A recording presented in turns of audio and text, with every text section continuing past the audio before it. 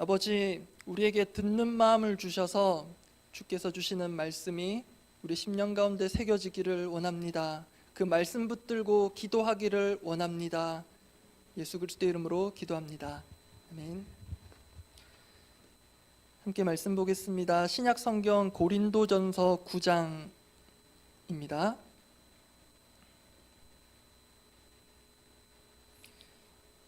고린도전서 9장 1절에서 12절입니다.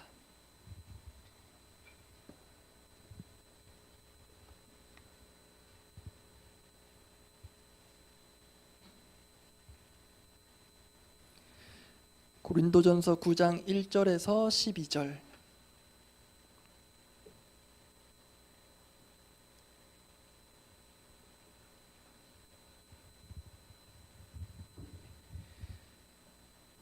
장 1절에서 12절, 제가 먼저 1절 읽겠습니다.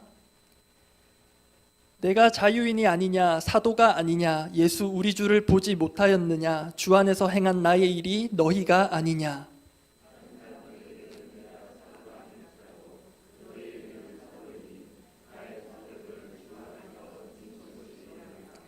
나를 비판하는 자들에게 변명할 것이 이것이니,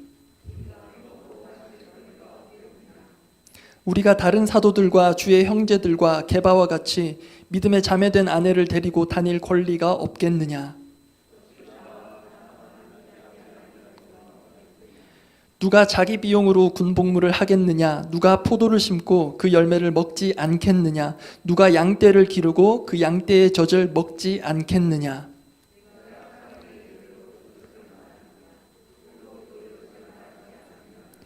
모세의 율법에 곡식을 밟아 떠는 소에게 망을 씌우지 말라 기록하였으니 하나님께서 어찌 소들을 위하여 염려하심이냐.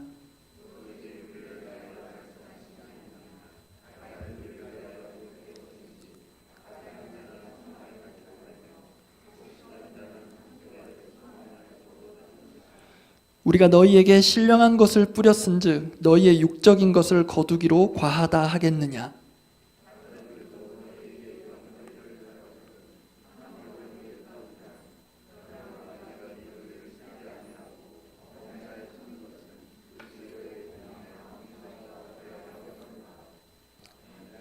아멘.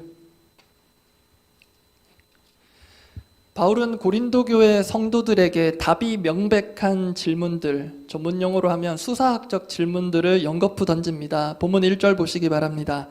내가 자유인이 아니냐, 사도가 아니냐, 예수 우리 주를 보지 못하였느냐, 주 안에서 행한 나의 일이 너희가 아니냐. 계속 이런 질문들이 반복되는 거 읽으시면서 보셨을 것입니다. 이걸 평서문식으로 옮겨보면 이런 의미입니다. 나 바울은 자유인이며 우리 주 예수를 목격한 사도입니다.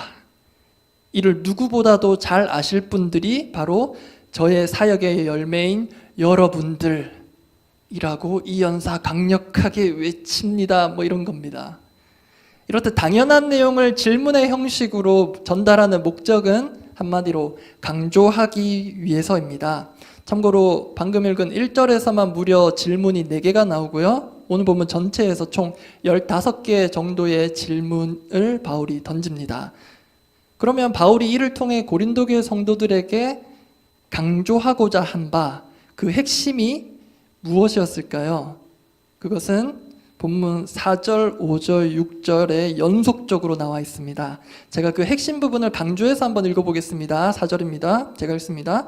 우리가 먹고 마실 권리가 없겠느냐. 5절, 우리가 다른 사도들과 주의 형제들과 게바와 같이 믿음에 자매된 아내를 데리고 다닐 권리가 없겠느냐. 6절은 함께 읽어보겠습니다. 어찌 나와 바나바만 일하지 아니할 권리가 없겠느냐. 권리가 없겠느냐, 없겠느냐, 연거푸 3번 물었습니다. 이것은 앞서 말씀드린 대로 실제로는 권리가 당연히 있다, 없다? 있다는 것을 강조하는 질문입니다. 그런데 여기서 바울이 말하는 권리라는 것은 구체적으로 말하면 사도로서 고린도 교회로부터 재정적 지원을 받는 것을 뜻합니다. 그런데 그는 지금까지 그러한 권리를 행사하지 않았습니다. 그렇다고 지금까지 내가 안 받았으니 앞으로는 떳떳하게 받겠습니다. 그러려는 의도도 아닙니다.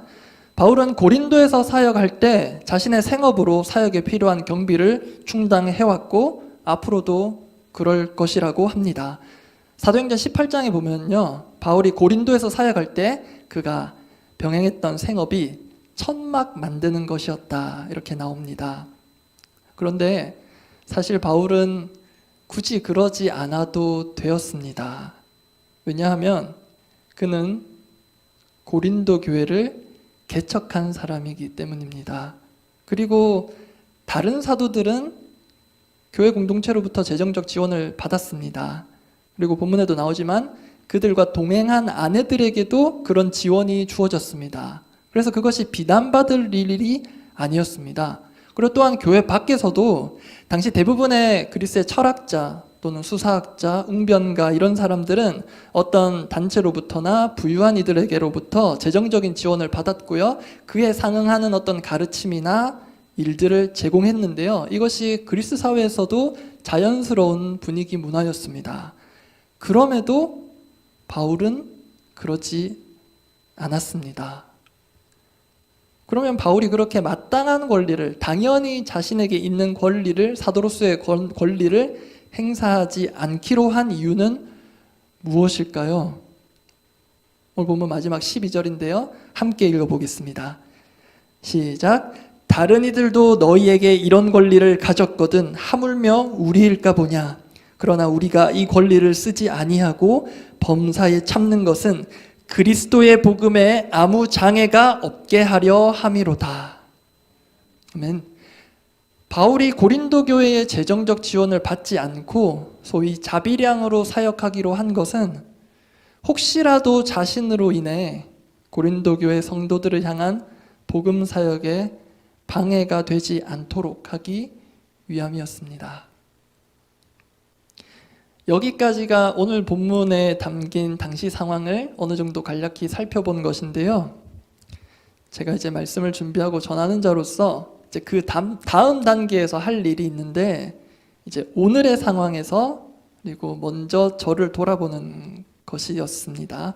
그런데 이 대목에서 이상하게 진도가 잘 나가지 않더라고요.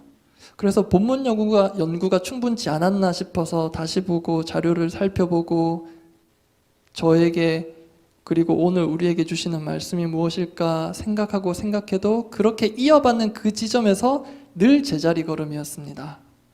그렇게 거의 일주일이 지나왔습니다. 근데 가만히 생각해 보면 이유가 있었습니다. 그것은 바울과 제가 너무나도 달랐기 때문입니다. 교회의 재정적 지원을 받고 안 받고를 떠나서요, 중요한 차이점이 있었습니다. 바울은 우리로 치면 고린도 교회의 개척 목사로서 자신이 전한 복음을 직접 듣고 성도로 부르심을 입은 자들에게 서신을 통해 말하고 있습니다. 그런데 지금 우리 더사랑교회는요, 제가 전한 복음을 통해서 지금 이 자리에 계신 성도님들은 현재로서는 아무도 없으십니다. 그렇게 사실 저는요, 더사랑교회에 무언가를 요청할 권한도 없고요, 무엇보다 바울처럼 아름답게 내려놓고 포기할 만한 그런 권리도 딱히 없습니다. 오히려 교역자를 지원하는 것을 당연히 여기는 시대에 살고 있어서 오히려 더 많이 지원하지 못하는 점을 죄송스럽게 생각하는 그런 따뜻한 교회 공동체가 있어서 일명 전임 사역자로 사역하고 있습니다. 그렇기에 사실 오늘 말씀을 통해 도전할 메시지가 권리 포기, 익숙한 표현이시죠? 이찬수 목사님 강조하신 걸로 알고 있습니다. 그 권리 포기, 자발적인 권리 포기를 도전해야 하는데, 말씀드린 대로 저부터가 성도님들께 본인이 될 만한 부분이 없으니 이 부분을 어떻게 전해야 할지, 아니면 본문을 바꿔야 할지 내내 깊은 고민이 되었습니다. 그런데 실은요, 제가 처음에 신학을 공부하고 사역을 시작했을 때 이 자비량 목회자의 꿈을 어렴풋이 가지고 있었습니다. 제가 지난번에 한번 말씀드린 적이 있었던 저의 광야 생활, 그러니까 목회자로서 목회 현장을 잠시 떠나서 한 사람의 성도로서 살아간 그 시간이 있었는데요. 그때가 한편으로는 저에게 있어서 자비량 목회를 연습하는 시간이기도 했습니다. 그래서 주변에 많은 분들은 그런 우려를 하셨어요. 소위 목회적 경력 단절이다, 좋지 않다. 그러나 저는 이제 그런 숨은 꿈이 있었기 때문에 아닙니다. 목회적 자산이 될 겁니다. 그렇게 당당하게 생각하고 주변 분들의 많은 우려와는 반대로 꽤 설레이는 마음으로 그렇게 광야 생활을 시작했습니다. 그 기간에 제가 제일 먼저 뛰어든 일이 있었는데요. 아마 다 아실 겁니다. 쿠로 시장에서 팡으로 끝나는 배송업체에 그 배송 일을 시작했습니다. 금방 시작할 수 있는 진입장벽이 아주 낮은 일이었어서, 그리고 이왕 광야를 경험할 거 밑바닥부터 제대로 한번 경험해보자 하는 생각으로 뛰어들었는데요. 사실 처음에는 주간 배송을 하려고 했는데 어쩌다 보니 회사에서 조금 행정상에 문제가 있었는지 야간 배송으로 배정이 돼가지고요. 그렇게 야간 배송 일을 몇 달 했는데 생각보다 재미가 있었습니다. 같이 일하는 사람들과의 그 동료애랄까요? 같이 고생하는 사람들이니까 진짜 그냥 하는 말이 아니라 교회 공동체 못지않은 그런 애정, 그런 끈끈함이 있었습니다. 그렇게 재밌게 배송하다가 구미동도 몇 번 왔었고요. 뜻하지 않게 또 이직을 하게 됐어요. 그때 또 이직한 업체가 아마 또 다 아실 겁니다. 풀무 이러는 회사의 대리점에 또 그때는 초등학교 방과 후 돌봄 교실 그 아이들에게 간식을 배송하는 일을 했거든요. 새벽에 물류창고로 먼저 가서 학교마다 그 식수 인원대로 간식을 챙겨와 가지고 이제 학교마다 돌아다니면서 배송하는 그런 일을 했는데요. 그때 대리점 대표가 면접할 때 이게 새벽에 상당히 일찍 나와야 되는 일인데 괜찮겠냐 했는데 제가 뭐라고 했을까요? 저 새벽 기도로 단련된 사람이라 걱정하지 마시라고 그렇게 일을 시작했는데요. 일찍 나간 만큼, 새벽 중에서도 진짜 이른 새벽에 나갔는데 일찍 나간 만큼 일찍 퇴근한다는 것이 아주 큰 장점이었습니다. 그래서 아이들과도 많은 시간을 보냈고요. 대신에 이게 좀 부족했습니다. 그래서 일찍 퇴근하니까 오후부터 저녁까지 투잡을 해야 되겠다. 그 시간대 무슨 일을 할 수 있을까 보니까요. 학원이 있더라고요. 그래서 인근에 있는 학원에 연락을 해서 학원에서 감사하게도 수학을 가르치는 일을 하게 됐습니다. 해본 거라고는 그때까지 수학 과외 정도뿐이었던 저를 그 학원 대표님이 좋게 보셨거든요. 참고로 제가 학부 때 물리학 전공을 해가지고 수학을 잘한 건 아니었지만 그걸 보시고 좀 신뢰가 가셨는지, 그래서 그때 거기서 만났던 초등학교 아이들 약간 반처럼 운영이 되는 그런 학원이었거든요. 그냥 교과 과목 선생님이 아니라 담임 선생님 같은, 그러니까 담임 수학 선생님 같은 그런 학원이었어서 그때 만난 초등학생 아이들, 그 중학생 아이들이랑 나름 재밌게 지내고 그 전에 사역했던 아이들 생각도 나고, 그래서 그렇게 공부할 수 있어서 되게 좋았습니다. 그때가 제가 최대한 압축해서 말씀드린다고 말씀드렸는데 이게 저의 광야 생활, 자비량 목회를 나름 연습했던 이야기였습니다. 그런데요, 뛰어들기 전에 이미 어느 정도 예상은 했습니다. 그게 쉽지 않을 거라는 거. 충분히 예상한 바였고 실제로 쉽지 않았습니다. 이직할 때마다 이상하게 진짜 거의 도망치듯 이직을 하게 됐거든요. 자비량 목회는 둘째치고요. 목회를 붙이긴 둘째치고 자비량 자체가 한 사람의 성도로서 이 땅에서 필요한 것들을 준비하면서 믿음을 지키면서 살아가는 것 그 자체가 쉽지 않다는 것을 절감했고 체감하는 그런 시간이었습니다. 그런데 그러면서 깨달은 사실이 하나 있습니다. 오늘 본문을 통해서 생각난 부분인데요. 그것은 이 시대에 진짜 자비량 사역을 하고 있는 사람들은 저와 같은 목회자들이 아닌 바로 성도 여러분들이라는 것이었습니다. 새벽부터 밤늦게까지 직장에서도 가정에서 각자의 자리에서 고군분투 하시면서도 또 교회를 섬기시고 또 맡겨진 영혼들을 섬기시잖아요. 그런데 당연한 듯 자신의 비용을 들여서까지 하십니다. 한두 명도 아닌 청년들 밥을 사주세요. 그리고 또 우리 선생님들을 위해 선물을 준비하십니다.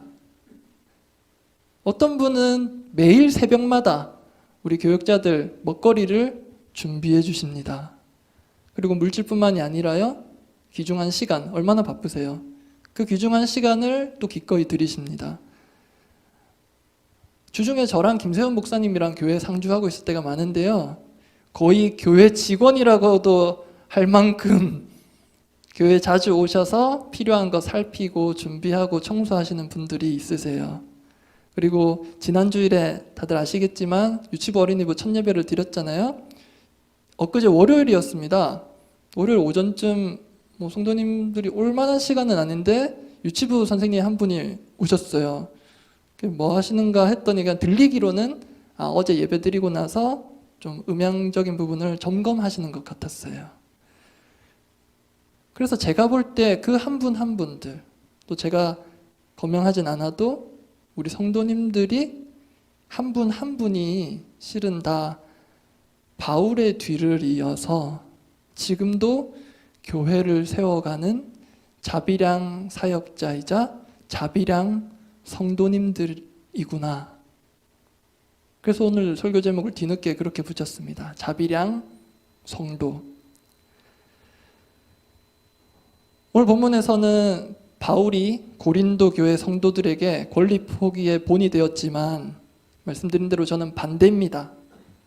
성도 여러분들을 본으로 삼아야 할 사람입니다.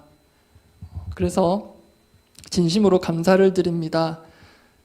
주는 것보다 받는 게 더 많고 또 익숙해져 같은 저 같은 사람에게 어떻게 교회를 섬기고 세워가는 것인지 몸소 보여주셔서 감사드립니다.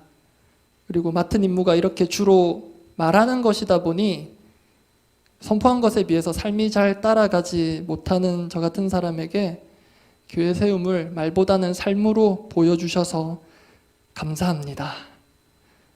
저의 진심이 또 하나님께서 저를 통해 주시는 이 진심이 어떻게 전해졌는지 모르겠지만 오늘 메시지가 조금 이상하다 싶으신 분들이 있으실 겁니다. 그런데 오늘은 주님께서 좀 어설프긴 하지만 저의 입술을 통해서 우리 성도님들 그렇게 격려하라고 하시는 것 같았습니다. 그리고 저에게는 하나님께서 보고 배우라고 하시는 것 같습니다. 그래서 하나님의 말씀이 격려가 되시는 분들은 감사히 받으시고, 혹시 저처럼 부족함 내지 부끄러움을 느끼시는 분은 저랑 같이 분발하시면 되겠습니다. 사실 바울이 고린도 교회로부터 재정적 지원을 받지 않은 것, 이것을 근거로요, 다른 사도들 그리고 지금의 어떤 교회 봉사자들도 그렇게 해야 한다, 자비량으로 섬겨야 한다, 본문이 우리에게 그렇게 말하고 있는 것 아닙니다.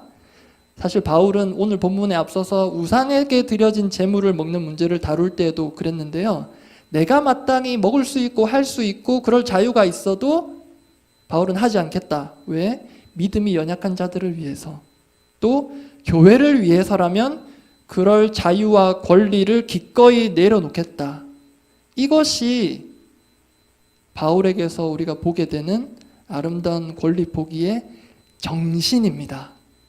무엇은 받아도 되고 안 받아도 되고 받아야 되고 안 받아야 되고, 그게 아니라 이 정신을 우리가 주목해야 하겠습니다. 그래서 저와 같은 목회자들이 다 교회로부터 재정적인 지원을 거부하고 생업과 사역을 병행해야 하는 것은 아닙니다. 하나님께서 그렇게 우리 모두를 부르신 것도 아닙니다. 물론 저에게는 아직 자비랑 목회의 꿈이 있긴 합니다. 지난 교사 세미나 때 담임 목사님께서 오픈을 하셨는데요, 우리 담임 목사님께 방사선사 자격증이라는 게 있다고 하십니다. 저는 그에 비할 것은 아니지만 대형 면허 자격증이 있습니다. 45인승 버스를 몰 수 있습니다. 지금도 저희 동네 돌아다니는 마을버스 뒤에 무경험자 환영 이런 게 있거든요. 보면 막 설레입니다. 버스를 타고 다니면서 일반 사람들에게 복음을 전할 수 있는 기회. 예.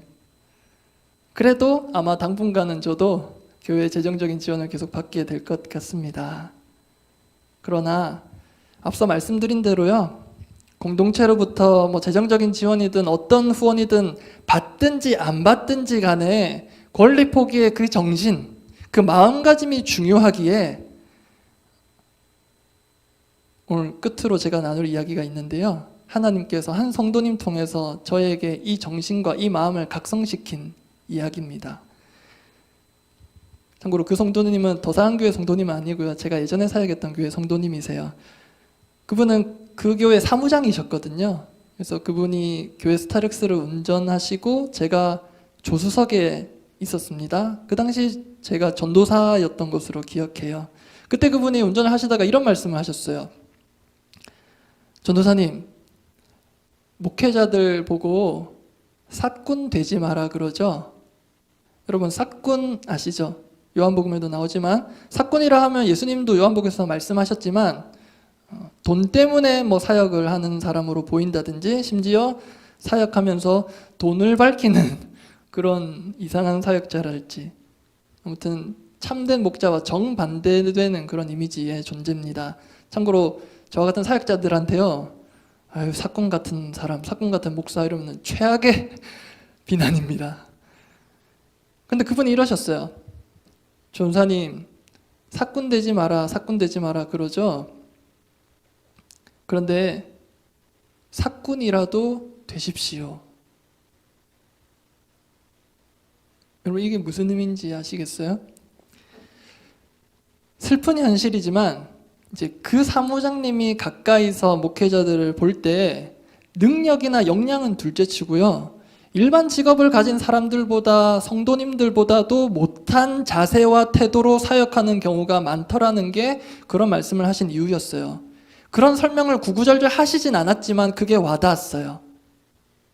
나중에 또 그 얘기를 하시더라고요. 그래서 이런 얘기를 한 거라고요. 그런데 그때 그 얘기가요, 진짜 잊혀지지가 않습니다. 특히 오늘 말씀을 준비하면서 다시 생각이 났습니다. 성도님 여러분, 사역자를 향해 사꾼이라도 되어달라는 게 진리는 아닙니다. 그런데 한 성도님께서 교회를 보시면서, 특히 저와 같은 목회자를 보시면서 안타까움에 전하는 그 역설적인 당부가 지금도 잊혀지지 않고 또 오늘 말씀을 거쳐서 저에게 다가옵니다. 이찬수 목사님 늘 말씀하시는 것처럼 성도님들의 피와 땀이 배어있는 이 헌금, 이 헌금으로 마련된 재정 지원, 뭐 늘 그렇게 해오려고 노력했지만 앞으로도 더더욱 당연한 것으로 여기지 않아야겠습니다. 받은 만큼 일하는 자가 아닌 하나님께 넘치도록 받은 은혜와 사랑에 힘입어 사역해야겠습니다.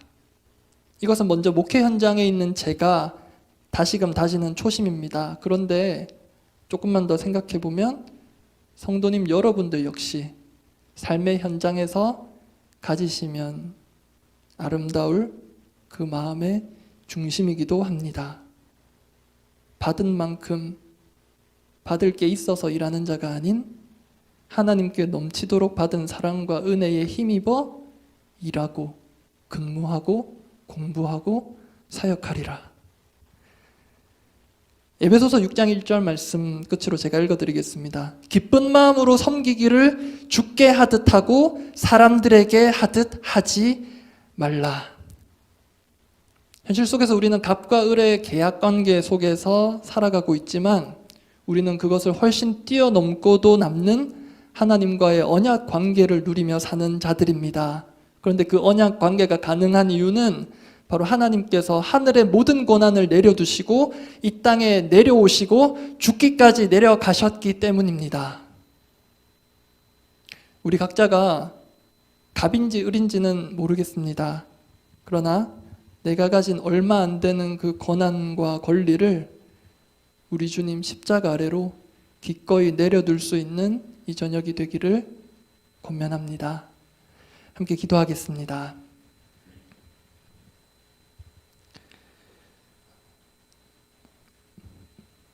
주께서 저의 어설픈 그런 삶을 통해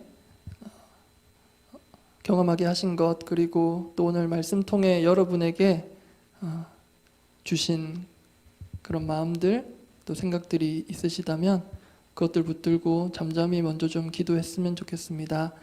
또 물읍시다. 하나님, 성령님, 우리의 기도를 인도해 주시기를 원하는데 오늘 어떤 것 붙들고 기도하면 되겠습니까? 주님, 지금 저에게 어떤 말을 건네오고 계십니까? 귀 기울이고 오늘 이 밤 어떤 기도를 드리면 될지 주님께 물으며 이렇게 우리의 마음을 하나님께로 좀 정하는 그런 시간 잠잠히 좀 가지겠습니다.